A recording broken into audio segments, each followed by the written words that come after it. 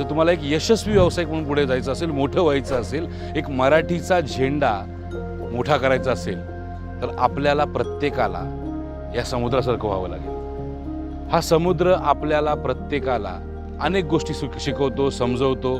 तुम्हाला देखील समजले असतील, शिकले असतील तुम्ही। समुद्रचा एक गुण आहे, तो सगळ्यात मोठा आणि महत्त्वाचा गुण म्हणजे तुम्ही जर जास्त खोल जायला लागलात तर तो तुम्हाला बुडवून घेतो।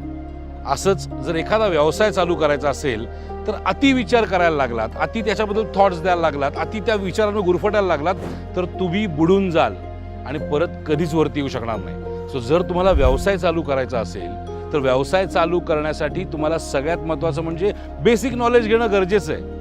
पण अति विचार करून मला जमेल का, मी करू शकेन का, लोक काय म्हणतील, लोकांचं काय म्हणणं येईल, काही गरज नाहीये।